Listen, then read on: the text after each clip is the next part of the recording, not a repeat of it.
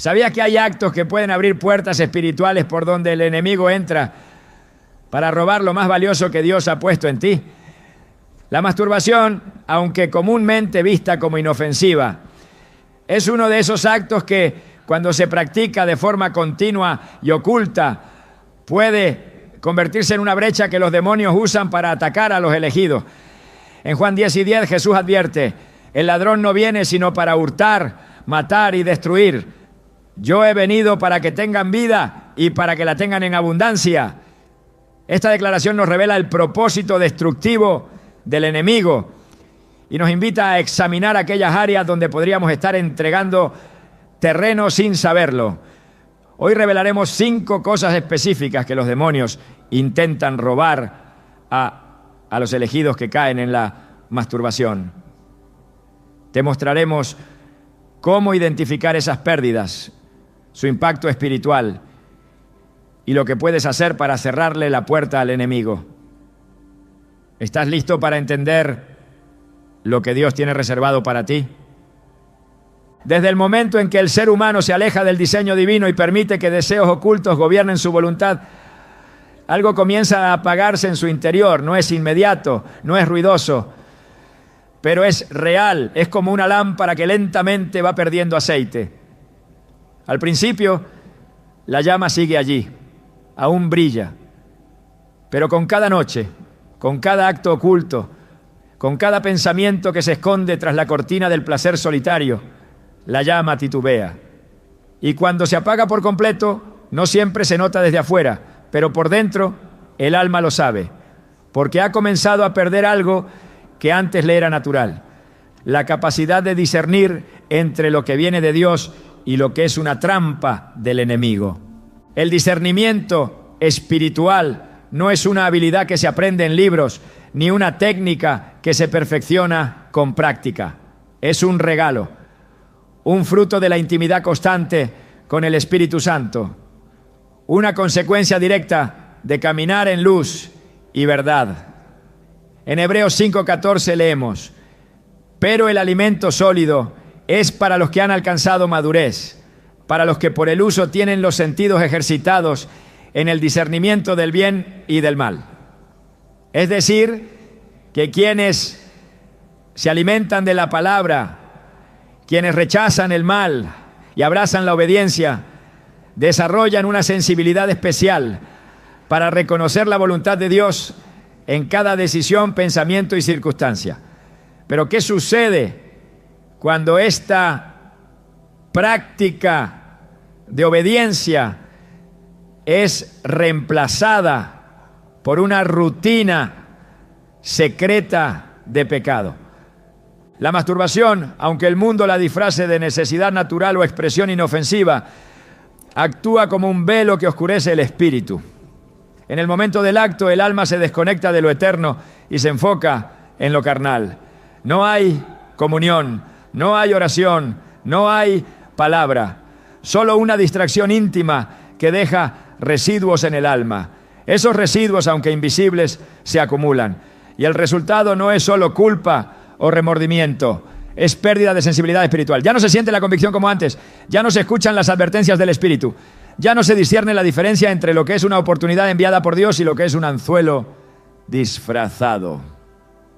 Un joven que servía con pasión en su congregación confesó un día que llevaba años luchando con la masturbación. Por fuera era el ejemplo, siempre presente, siempre atento, siempre dispuesto, pero por dentro se sentía cada vez más frío. Leía la Biblia y no entendía. Oraba y no sentía nada. Tomaba decisiones y después se daba cuenta de que había sido guiado por su propio deseo, no por el Espíritu. Al mirar hacia atrás, reconoció que todo comenzó cuando dejó de confrontar ese pecado secreto. Es como si mi espíritu se hubiese anestesiado, dijo. Y tenía razón, porque el pecado repetido insensibiliza el alma. La Biblia lo llama tener una conciencia cauterizada. 1 Timoteo 4:2. Es decir, una mente que ya no reacciona a la verdad, que ya no distingue entre lo que edifica y lo que destruye.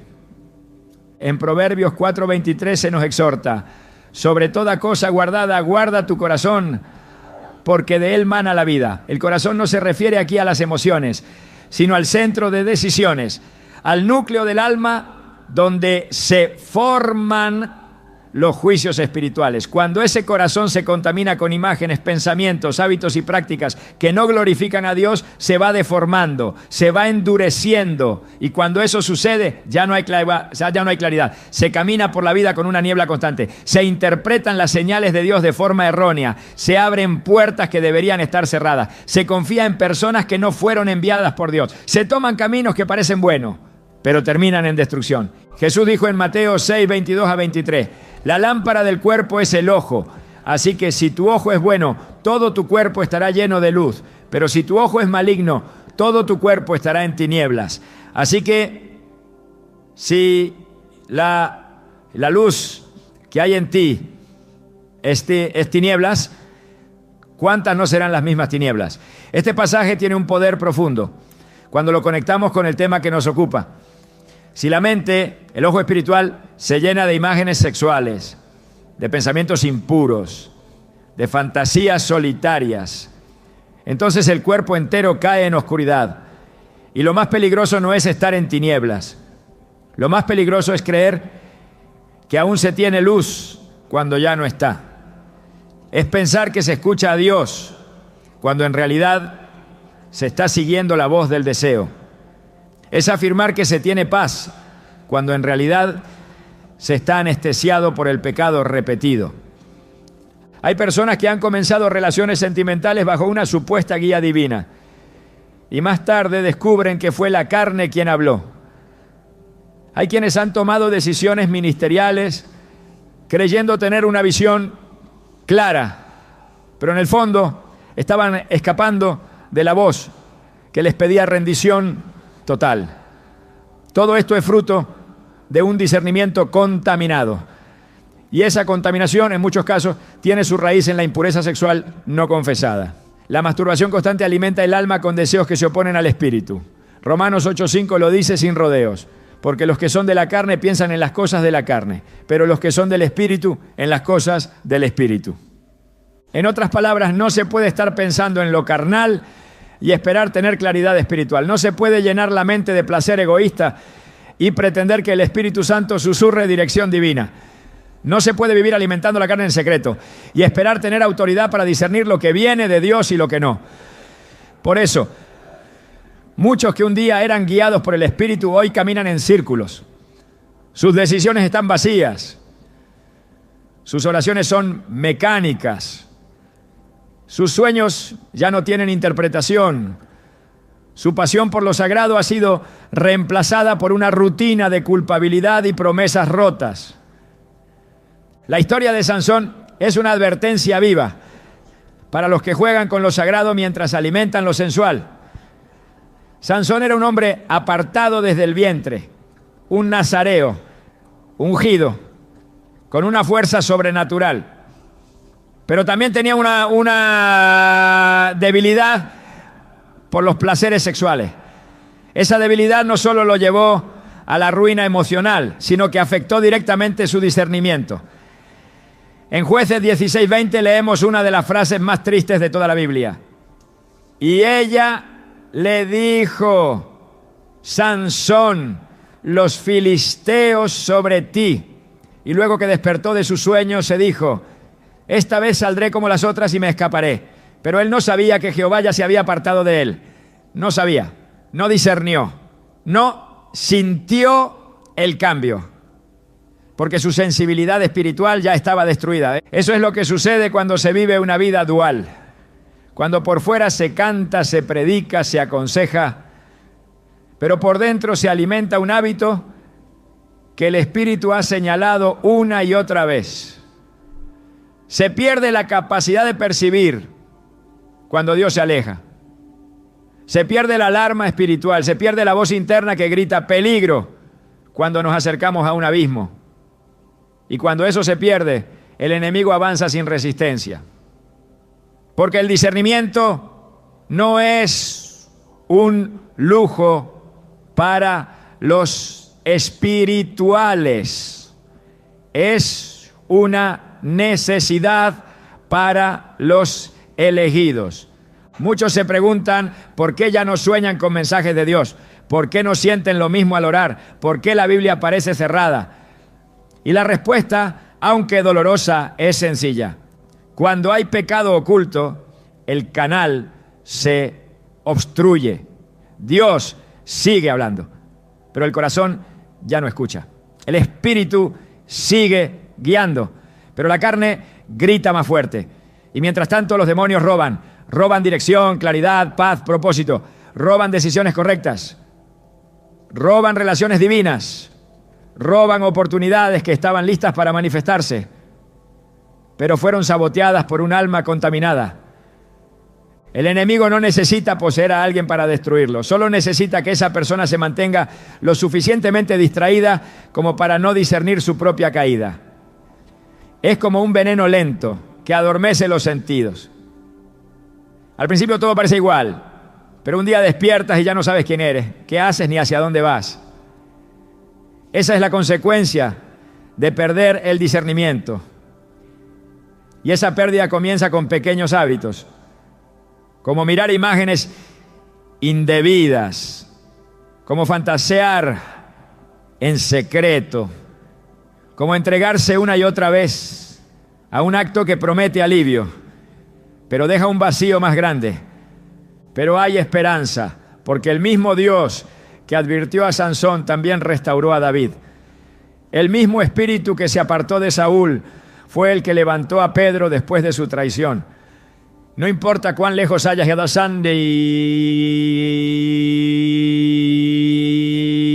y en ese hábito oculto. No importa cuán apagado sientas tu espíritu, si hoy decides abrir tu corazón, confesar tu pecado y cerrar esa puerta, el discernimiento puede volver, la claridad puede regresar. El oído espiritual puede ser afinado nuevamente. En Isaías 30:21 hay una promesa que todavía está vigente. Entonces tus oídos oirán a tus espaldas palabra que diga: este es el camino, andad por él, y no echéis a la mano derecha, ni tampoco torzáis a la mano izquierda. Esa voz puede volver a hablarte. Esa guía puede regresar, pero requiere decisión, no una emoción pasajera, sino una renuncia radical, porque no puedes seguir alimentando el alma con basura y esperar recibir revelación celestial. Dios no se ha cansado de ti, pero sí está esperando que te canses tú de ese ciclo de silencio espiritual. Hoy es el día para romperlo. Hoy es el momento para recuperar lo que el enemigo ha robado. Porque cada minuto que pasas sin discernimiento es un minuto donde el enemigo puede sembrar confusión. Y tú fuiste llamado para algo más. Fuiste llamado para ver lo invisible, para oír lo que otros no oyen, para caminar con pasos seguros en medio de la oscuridad. Pero para eso tu espíritu necesita estar limpio, despierto y conectado. El discernimiento espiritual no es una opción para los elegidos, es el faro que evita el naufragio, es la alarma que salva del engaño, es la llave que abre las puertas del propósito. No lo entregues por un momento de placer, no lo pierdas por un hábito solitario, porque cuando el discernimiento se apaga, el alma queda a merced del enemigo. La autoridad espiritual no es un accesorio opcional en la vida de los elegidos. Es una investidura que viene directamente de Dios, un respaldo del cielo que se manifiesta cuando alguien camina en santidad, obedece la palabra y vive bajo el gobierno del Espíritu Santo. Esta autoridad no depende de la elocuencia ni de la experiencia, sino de la limpieza del corazón y de la integridad del carácter. En Mateo 10:1 leemos que Jesús llamó a sus 12 discípulos y les dio autoridad sobre los espíritus impuros para expulsarlos y para sanar toda enfermedad y dolencia. La autoridad es dada con un propósito, y ese propósito es avanzar el reino, liberar al cautivo, confrontar las tinieblas. Pero cuando el pecado entra, esa autoridad comienza a desgastarse. Y entre los pecados más sutiles y más destructivos está la masturbación. Lo que parece un acto íntimo, privado e inofensivo es en realidad una renuncia progresiva al poder que Dios ha depositado en sus escogidos. No porque Dios lo retire de inmediato, sino porque el propio corazón deja de tener la firmeza para ejercerlo. La conciencia ya no está limpia, la voz ya no tiene peso, la oración ya no carga fuego. El enemigo lo sabe y por eso ha diseñado toda una estructura de tentación para mantener a los elegidos atrapados en un ciclo silencioso de impureza, vergüenza y repetición. Cuando un creyente que ha sido apartado por Dios se entrega constantemente a este acto, pierde confianza delante del trono. Hebreos 4:16 nos exhorta: acerquémonos pues confiadamente al trono de la gracia para alcanzar misericordia y hallar gracia para el oportuno socorro. Pero esa confianza se erosiona con cada caída no confrontada. En lugar de acercarse con fe, se acerca con culpa. En lugar de orar con autoridad, ora con miedo. La voz del enemigo se intensifica y le recuerda constantemente su condición. ¿Quién eres tú para orar por otros si no puedes contigo mismo? Esa acusación, aunque venga del infierno, se vuelve efectiva porque encuentra terreno fértil en un corazón dividido. Y mientras tanto, la autoridad se desvanece. En el mundo espiritual, la autoridad no se sostiene con apariencia, sino con santidad. No se proyecta desde el talento, sino desde la obediencia. Un espíritu contaminado no tiene peso ante las tinieblas. Y el enemigo reconoce esto. En Hechos 19, 15 a 16, los hijos de Seba intentaron usar el nombre de Jesús sin vivir bajo su señorío.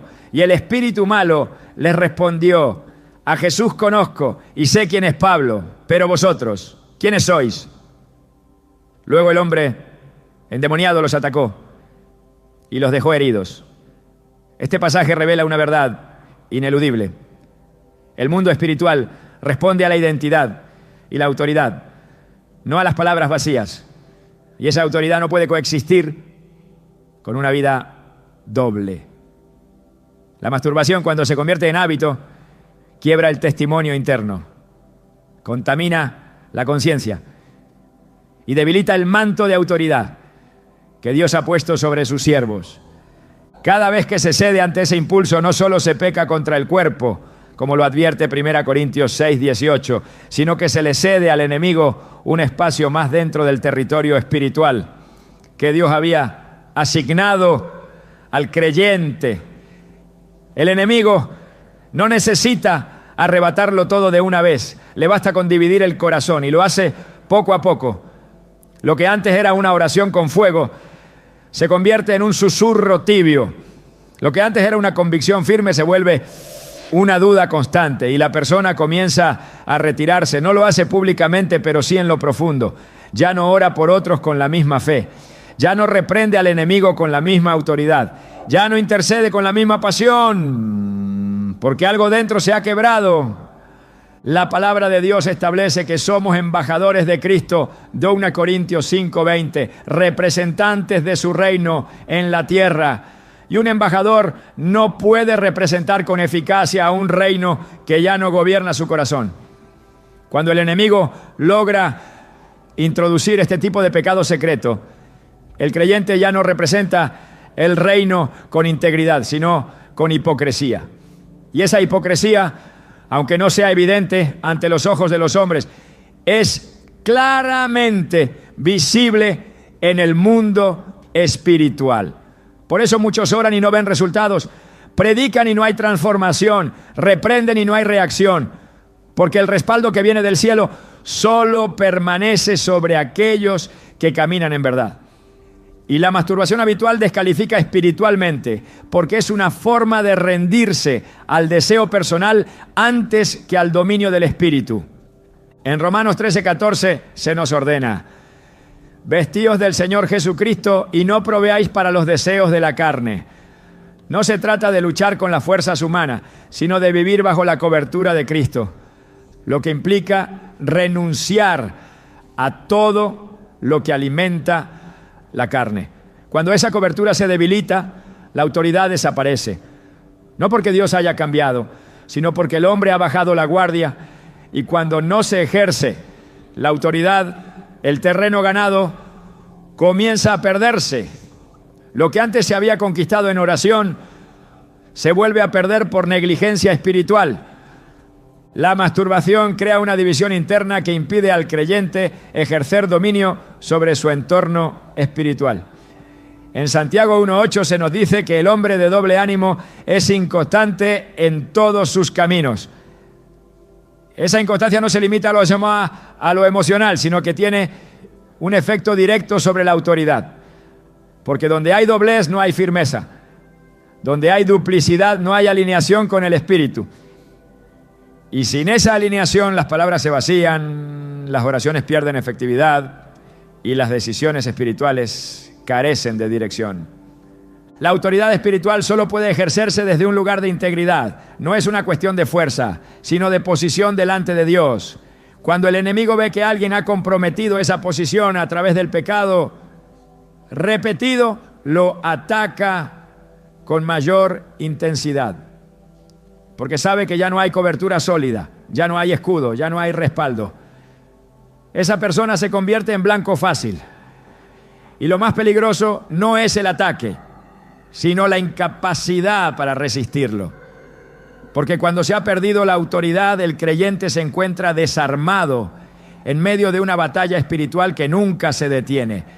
Por eso es tan urgente restaurar esa autoridad, no con palabras, sino con un arrepentimiento profundo y una decisión radical de cortar toda práctica que contamine el cuerpo y el espíritu.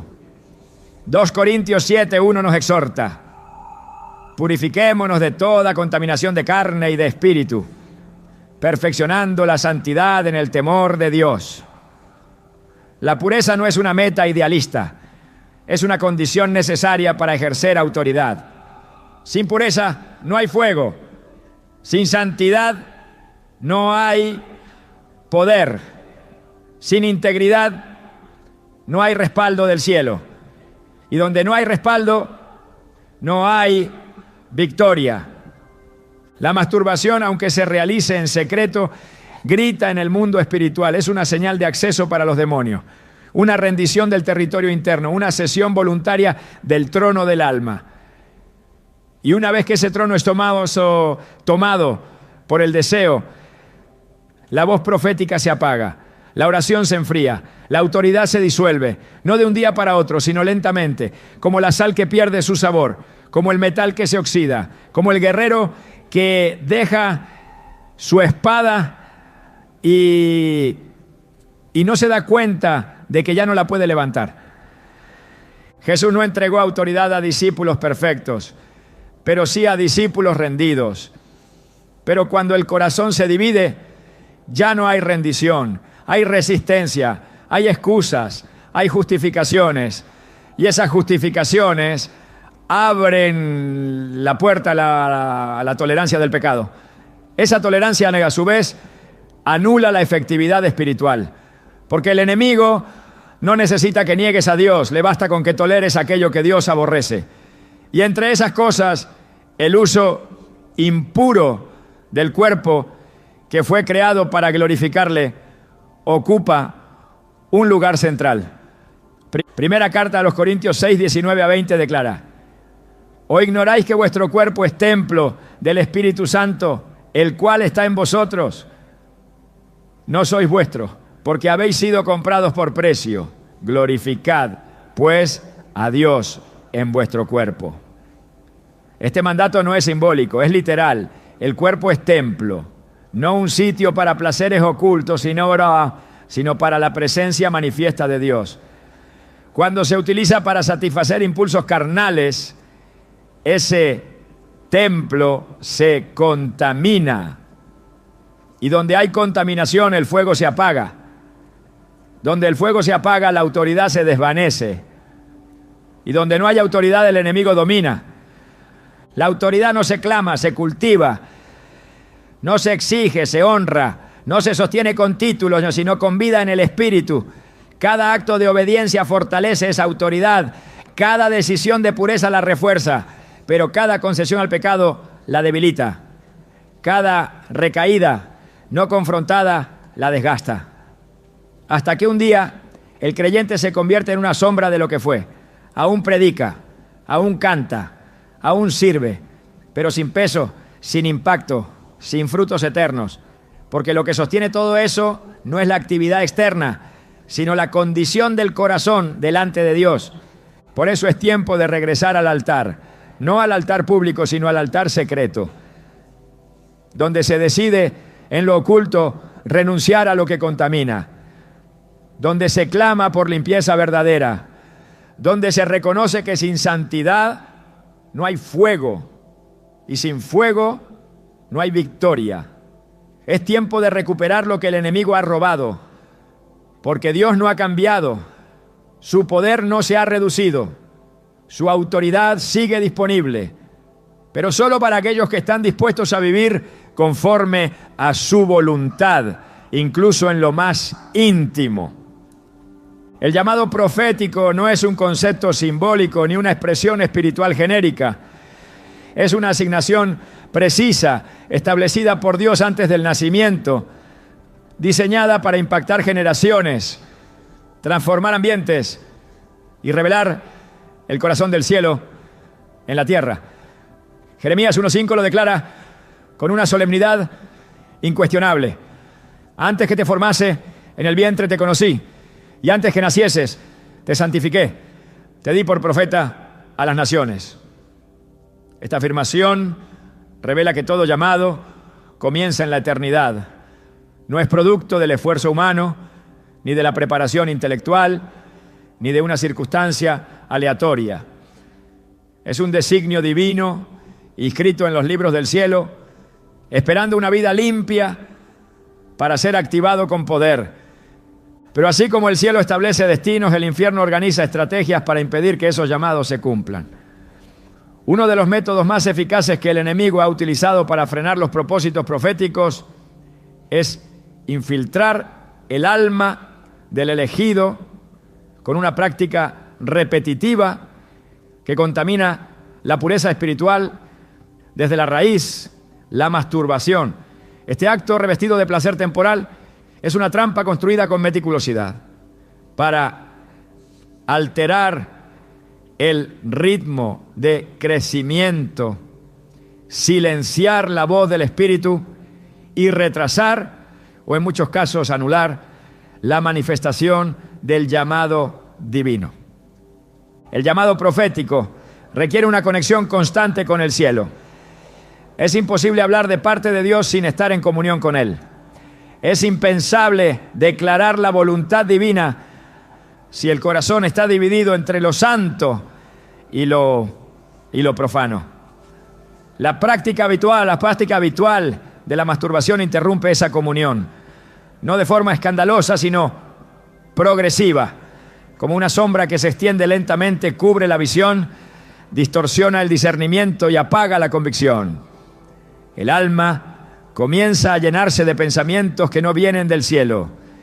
Y cuando llega el momento de actuar en obediencia, la voz profética se encuentra paralizada por la culpa, por la duda o por el temor. Un corazón contaminado no puede sostener el peso de una palabra profética, porque la profecía auténtica no es un acto de elocuencia, es una transferencia del Espíritu. Y para que esa transferencia ocurra, el canal debe estar limpio.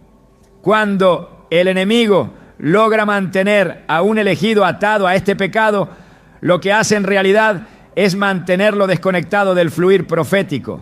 Las visiones se detienen, los sueños se oscurecen, la revelación se seca, no porque Dios haya dejado de hablar, sino porque el alma ha dejado de escuchar.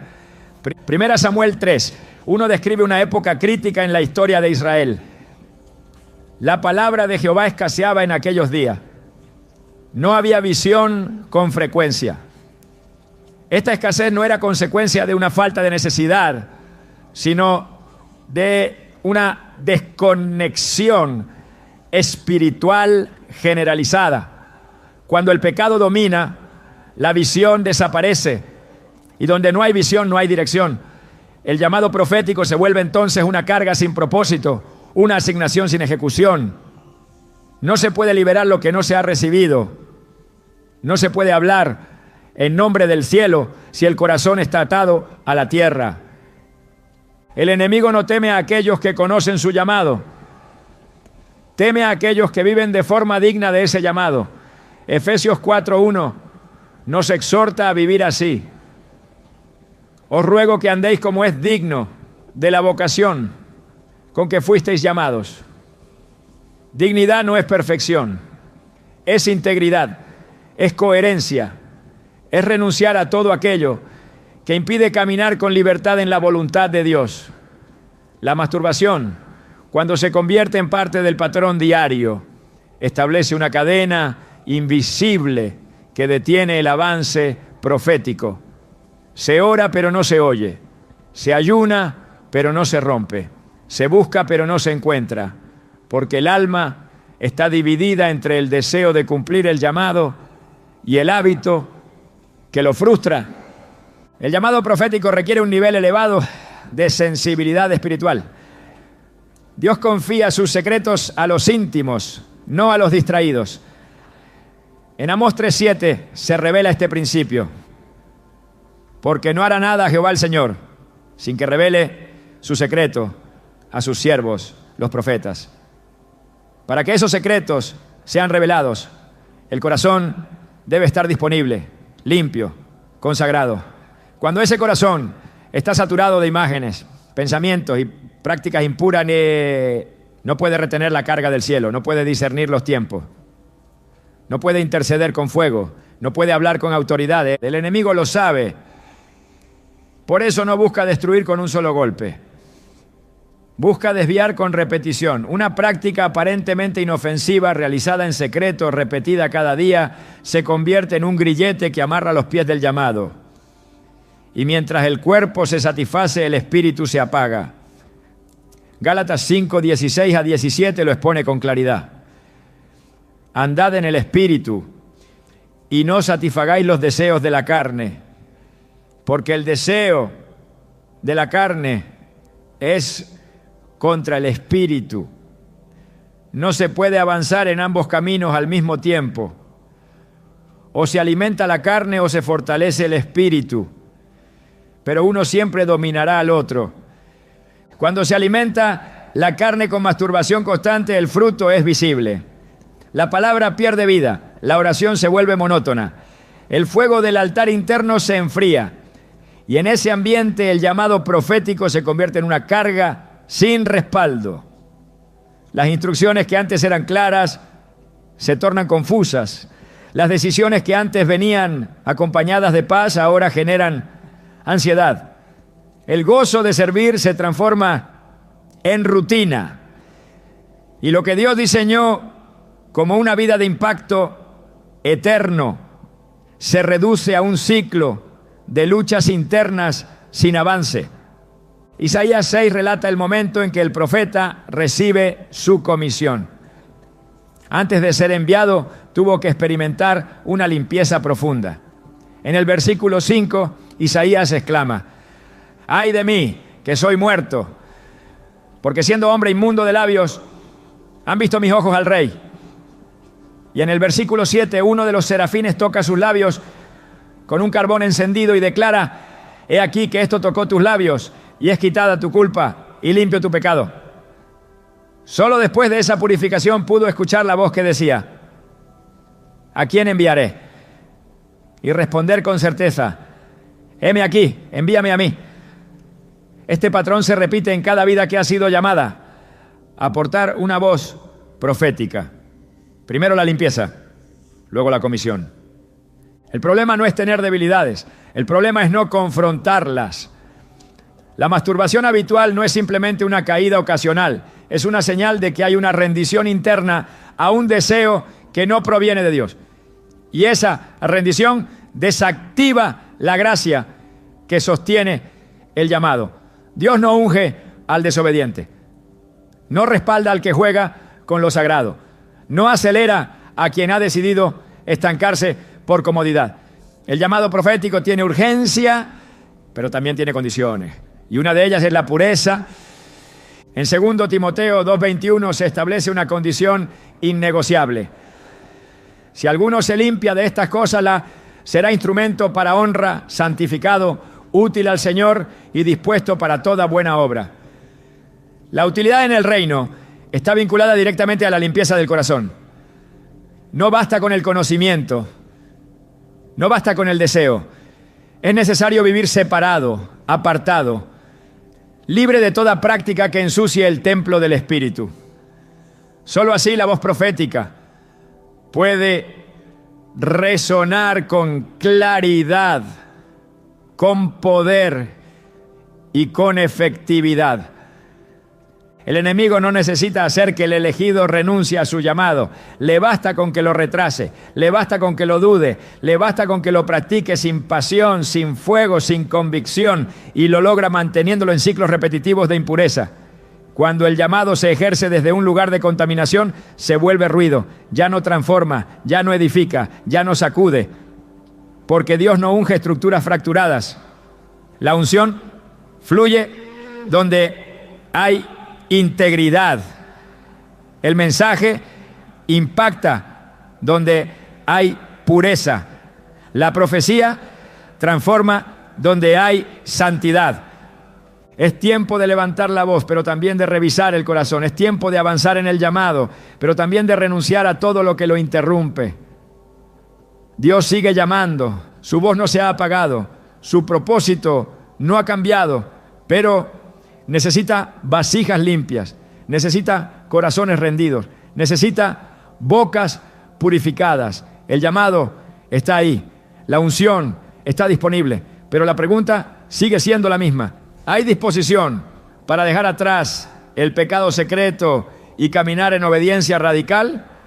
El cielo está esperando una generación de profetas que no solo hablen lo que Dios dice, sino que vivan conforme a lo que Dios es. No se trata de decir palabras bonitas, se trata de representar al Dios santo con una vida santa. No hay mayor interrupción del llamado que una vida dividida. La masturbación, aunque se oculte, produce ese quiebre, esa interrupción, esa pausa. Y cada día que se tolera, se pierde una batalla. Pero cada día que se vence, se recupera terreno. El llamado no está muerto, pero necesita ser activado desde un lugar de pureza innegociable. No hay silencio más devastador que el que habita en un alma rota. La fragmentación del alma no ocurre de manera abrupta ni visible, pero sus efectos son duraderos, penetrantes, silenciosos. Es una ruptura interna que no sangra por fuera, pero que grita por dentro. Y lo más peligroso de esta ruptura es que muchos no la reconocen. Continúan caminando, orando, sirviendo, pero lo hacen desde pedazos, desde un corazón dividido, desde una mente cargada de imágenes, desde emociones sin restaurar. La masturbación no solo afecta a lo físico ni únicamente lo espiritual, su alcance es más profundo.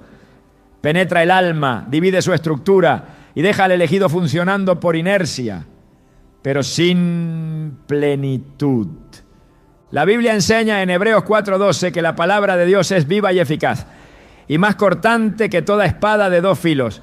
Penetra hasta partir el alma y el espíritu, las coyunturas y los tuétanos, y discierne los pensamientos y las intenciones del corazón. Este versículo revela que el alma y el espíritu, aunque interconectados, son dimensiones distintas del ser humano y que el alma puede ser afectada en su esencia más profunda. Cuando alguien se entrega repetidamente a un acto que no honra a Dios, como la masturbación, está generando fisuras internas que alteran su capacidad de amar, de confiar, de adorar, de sentir con pureza. La fragmentación del alma es el resultado de ceder constantemente el cuerpo al deseo. cada pensamiento impuro que se alimenta, cada imagen que se guarda en la memoria, cada sensación que se activa sin propósito divino deja una marca, una atadura invisible, un vínculo con algo que no proviene del espíritu. Y cuando esto se repite sin confrontación, el alma comienza a dividirse. Una parte anhela a Dios, otra parte vive para el deseo, una parte quiere caminar en santidad, otra se rinde ante la urgencia del impulso. Esta división es real. Es como si dentro de un mismo cuerpo habitaran dos corrientes opuestas, una tirando hacia la luz y otra arrastrando hacia las sombras. Santiago 1:8 declara que el hombre de doble ánimo es inconstante en todos sus caminos. No se trata de una simple vacilación emocional. Es un estado interno de conflicto permanente, donde el alma ha perdido su unidad. Y esa inconstancia se manifiesta en todo, en la fe que tambalea, en la esperanza que se enfría, en la identidad que se diluye. La masturbación puede parecer insignificante frente a otros pecados más visibles, pero su capacidad para dividir el alma es profunda. Porque no solo implica un acto físico, sino una entrega emocional, mental y espiritual que deja puertas abiertas a influencias externas que desgastan, distorsionan y debilitan. Cuando el alma se fragmenta, ya no hay estabilidad interna. El creyente puede tener momentos de fervor, pero se apagan rápidamente.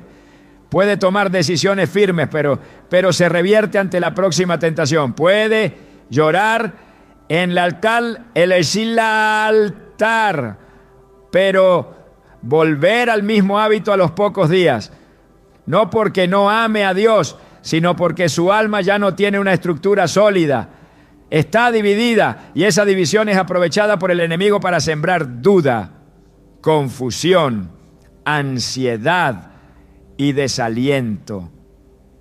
La lucha deja de ser contra el pecado y se convierte en una batalla por mantener la integridad del propio ser. David comprendió esta realidad cuando clamó en el Salmo 51:10: crea en mí, oh Dios, un corazón limpio y renueva un espíritu recto dentro de mí. No pidió simplemente perdón, pidió restauración de estructura interna, porque entendía que el pecado no solo mancha, también quiebra, no solo aleja, también fragmenta, y la única forma de restaurar lo que se ha roto es a través de una intervención divina que no se limite a sanar, sino que reconstruya. Porque cuando el alma se fragmenta, se vuelve incapaz de sostener la presencia de Dios de manera estable. Recibe, pero no retiene. Se llena, pero se vacía rápido. Y así se vive, con hambre constante, con vacío recurrente, con frustración espiritual continua. La masturbación tiene un componente invisible que muchas veces se pasa por alto: la conexión espiritual que se establece con los objetos de deseo. Cada imagen, cada pensamiento, cada fantasía crea un lazo. Un fragmento del alma se une a esa experiencia y cuando se repite, ese lazo se fortalece. Esto no es misticismo, es realidad espiritual. En 1 Corintios 6:16, Pablo advierte: ¿no sabéis que el que se une con una ramera es un cuerpo con ella? Porque dice, los dos serán una sola carne. Aunque se refiere a la unión física, el principio aplica también al alma. Toda unión ilícita deja una marca. Una parte del alma queda ligada, contaminada, dividida, y cuando el alma está dividida ya no puede amar plenamente, ya no puede servir con gozo, ya no puede adorar con libertad, porque una parte está presente, pero otra está atada al pasado, al recuerdo, a la imagen, al hábito. Esta división produce un desgaste emocional que se manifiesta en relaciones rotas, en aislamiento espiritual, en dificultad para recibir amor y para entregar amor. Porque el alma ya no responde con integridad, sino desde pedazos que no han sido restaurados. Y cada vez que se vuelve al mismo pecado, la fragmentación se profundiza. Es como añadir más grietas a un vaso que apenas contiene agua. Eventualmente se rompe por completo. Dios no diseñó al hombre para vivir fragmentado. En Deuteronomio 6:5 el mandato es claro. Amarás a Jehová tu Dios de todo tu corazón y de toda tu alma y con toda tu fuerza. No se puede amar con toda el alma si el alma está repartida. No se puede adorar en espíritu y en verdad cuando una parte del alma está unida a lo que Dios detesta. Por eso muchos elegidos viven con una sensación persistente de insatisfacción. No importa cuánto oren, cuánto sirvan, cuánto reciban, siempre hay una sensación de que falta algo. Esa sensación no proviene de Dios. Es la evidencia de un alma dividida que clama por restauración. El enemigo no necesita poseer a alguien para destruirlo. Le basta con dividirlo internamente. Y la masturbación, al ser repetitiva, privada y emocionalmente intensa, se convierte en el terreno ideal para sembrar esa división. Una mente saturada de pensamientos impuros es un alma incapacitada para recibir instrucciones claras de parte de Dios. Una voluntad debilitada por la compulsión es un alma inestable. Un corazón endurecido por la culpa es un alma insensible. Y cuando el alma pierde su unidad, pierde también su capacidad para resistir. Las tentaciones se vuelven más fuertes, la voz de Dios más distante, la vida espiritual más superficial. No se puede edificar nada duradero sobre una base quebrada. Jesús habló de esto en Mateo 7, 26 a 27 cuando comparó al insensato que edifica sobre la arena. Cuando vienen los vientos, cuando golpean las lluvias, la casa cae porque no tiene fundamento firme. La arena representa la inestabilidad, la fragmentación, la falta de cohesión interna. Una vida construida sobre un alma dividida inevitablemente colapsará cuando llegue la prueba. Porque no hay unidad espiritual, no hay consistencia emocional, no hay claridad mental. Solo hay fragmentos luchando por sostener algo que no puede mantenerse por sí mismo. Pero Dios no solo revela la herida, también provee la restauración. En Ezequiel 36, 26 se nos promete: os daré corazón nuevo y pondré espíritu nuevo dentro de vosotros. Y quitaré de vuestra carne el corazón de piedra y os daré un corazón de carne. Esta restauración no es simbólica, es una transformación literal del interior, es la unificación del alma, es la recuperación de la sensibilidad, de la paz, de la pureza.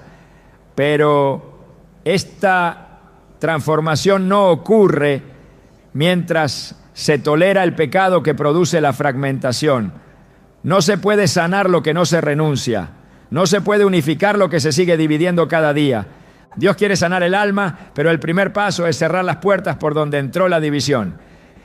Y en muchos casos esa puerta es la masturbación, un acto repetido, una entrega voluntaria, una desconexión del espíritu. Cada vez que se renuncia a ese hábito, se recupera un fragmento, se reconstruye una parte, se fortalece un vínculo con el cielo. La restauración no es instantánea, pero es real. Ocurre cuando hay decisión, cuando hay constancia, cuando hay humildad y cuando esa restauración se completa.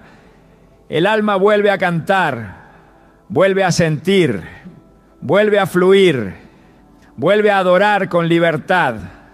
La fragmentación del alma es una de las estrategias más sutiles del infierno, porque no destruye de inmediato.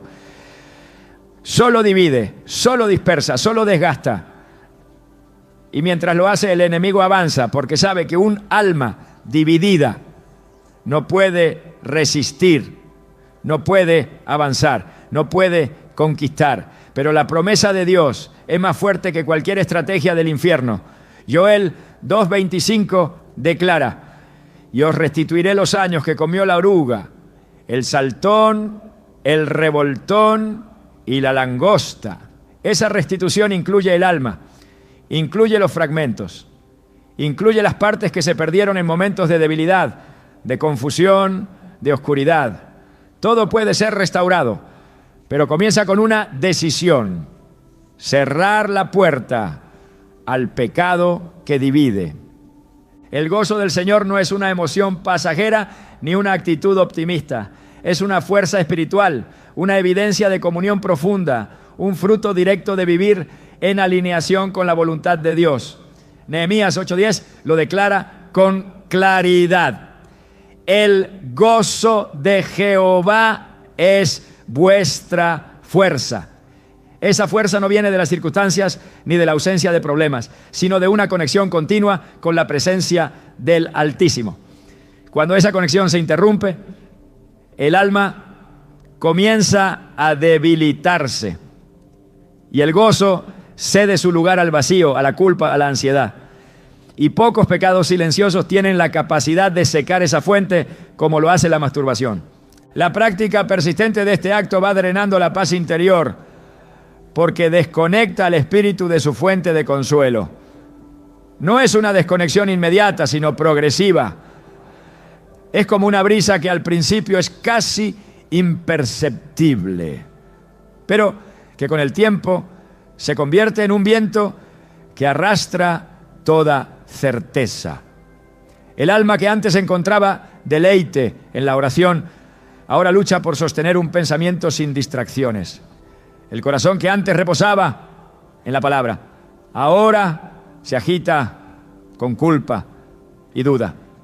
El silencio que antes era espacio de revelación, ahora se transforma en un eco que devuelve inseguridad.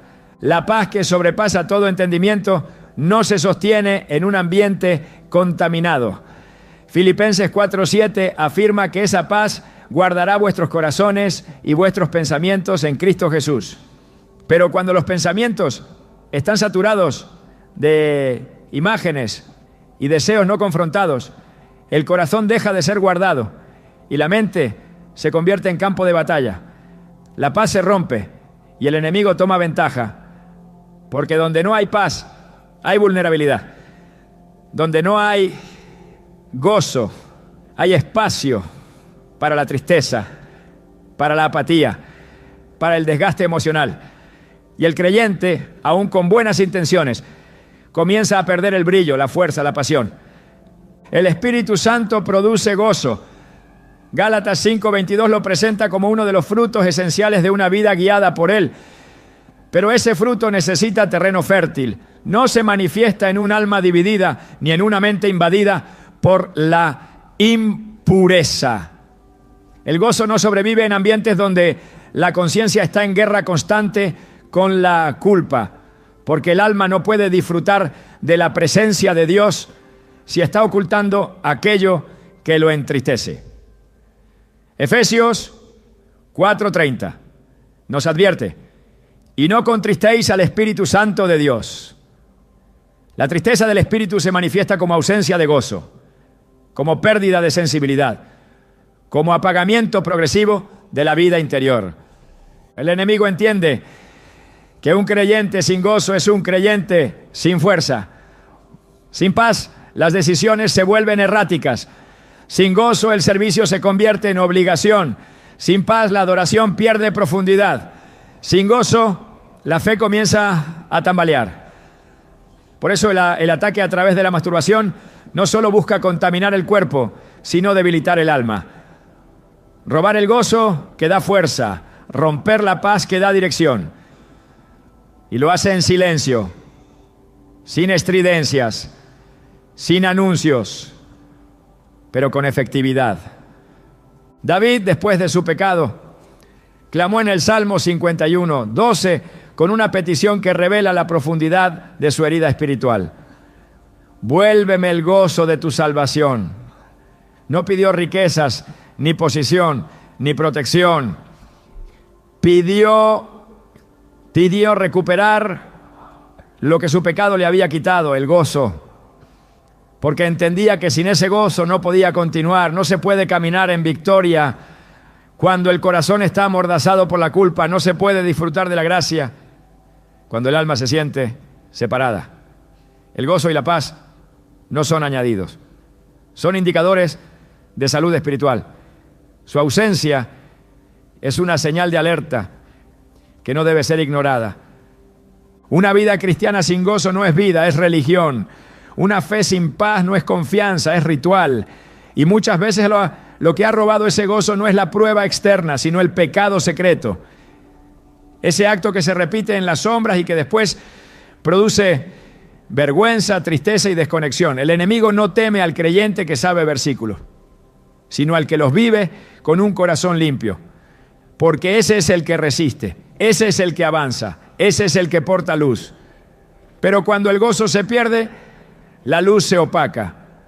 Cuando la paz se rompe, la dirección se confunde. Y lo que fue diseñado para avanzar con fuego se estanca por un hábito que parecía insignificante. El gozo no se recupera ignorando la causa de su pérdida. Se recupera enfrentando con verdad lo que lo ha apagado.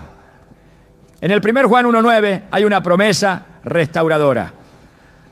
Si confesamos nuestros pecados, Él es fiel y justo para perdonarnos nuestros pecados y limpiarnos de toda maldad. Esa limpieza trae paz, ese perdón restaura el gozo. Pero mientras haya ocultamiento, habrá carga. Mientras haya tolerancia al pecado, habrá vacío. El alma no puede sostener plenitud cuando se aferra a lo que Dios ha pedido soltar. El gozo del Señor no es frágil, pero necesita condiciones para florecer. No es una emoción, es una presencia. No se construye con esfuerzo humano, se cultiva con obediencia. No se sostiene en ambientes contaminados, sino en corazones rendidos. Y la masturbación, cuando se convierte en hábito, roba lentamente esa capacidad de disfrutar la presencia de Dios sin culpa.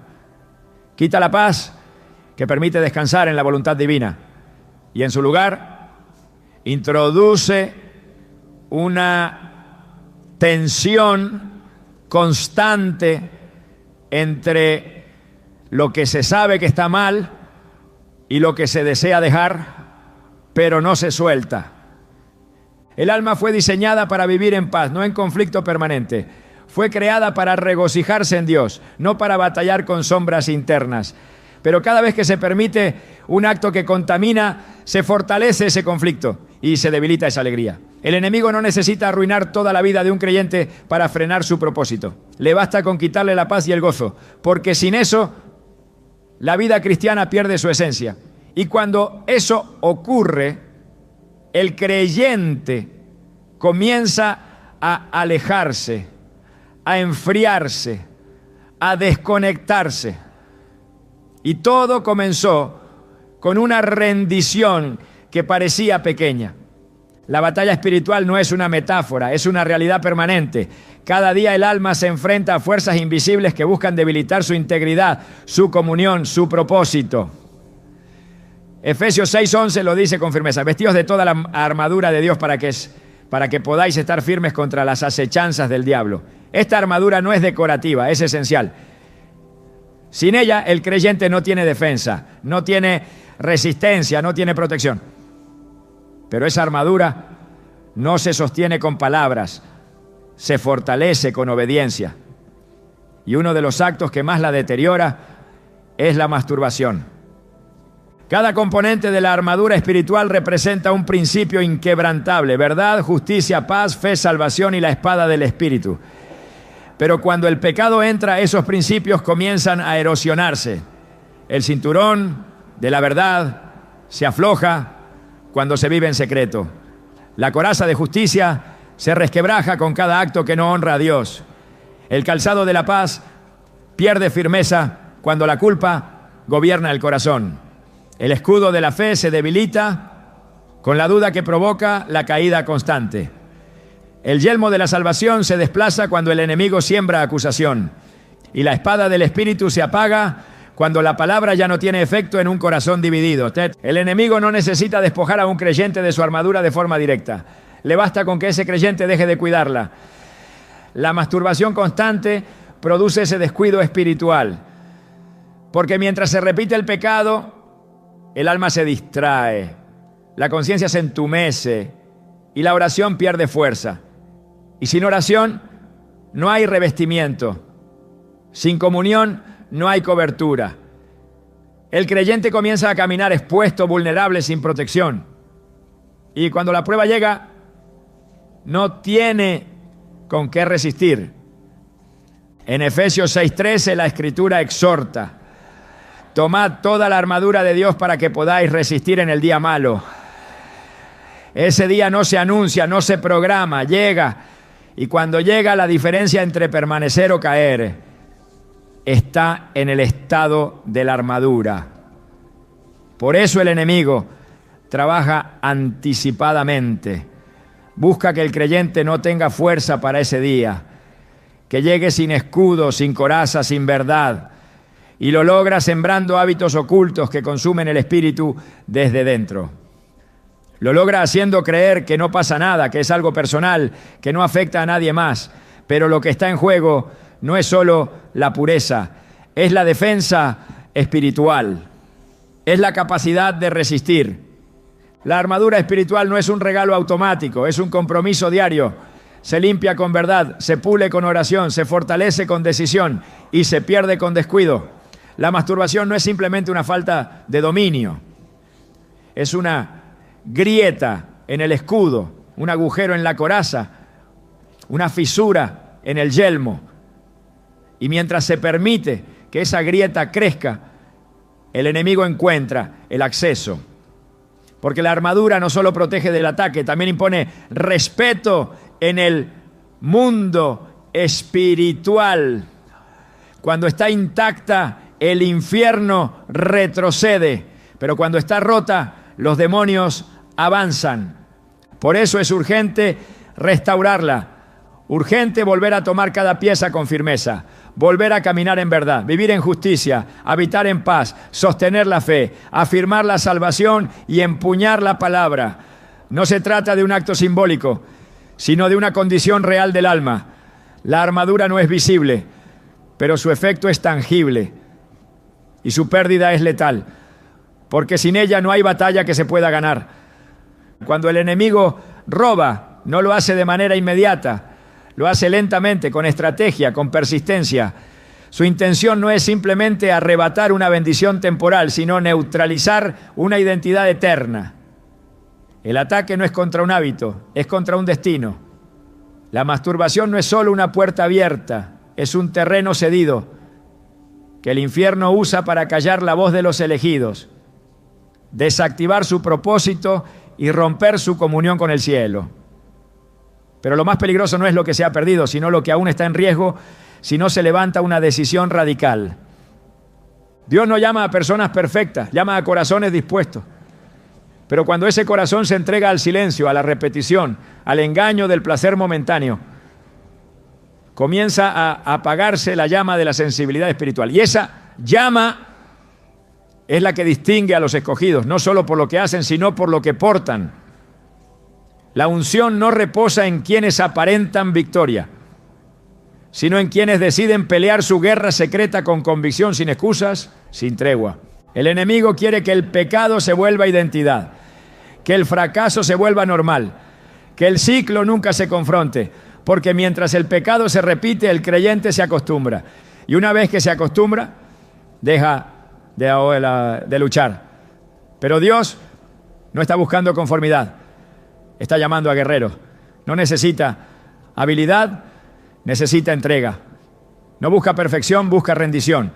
Porque la rendición es lo que abre el cielo, es lo que restaura la comunión, es lo que revive el fuego. El camino de regreso no comienza con acciones externas, comienza en lo secreto, en ese momento donde el alma se quebranta, donde la verdad ya no se oculta, donde se le entrega a Dios no solo el pecado, sino el lugar que ese pecado ocupaba. Solo entonces comienza la verdadera restauración. No la que cambia el comportamiento, sino la que transforma el corazón. Porque Dios no busca reformas temporales, busca un altar permanente, un lugar donde pueda habitar, no solo visitar. Hay esperanza, pero no en la repetición. Hay poder, pero no en la evasión. Hay libertad, pero no en la negación.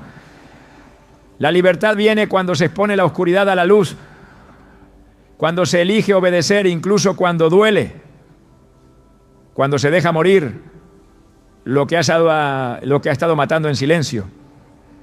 Y aunque el proceso no sea fácil, la recompensa es mayor que cualquier placer que el enemigo haya ofrecido. Hoy es el día para levantar una nueva declaración, una que diga: no seré más esclavo de este hábito. No permitiré que los demonios sigan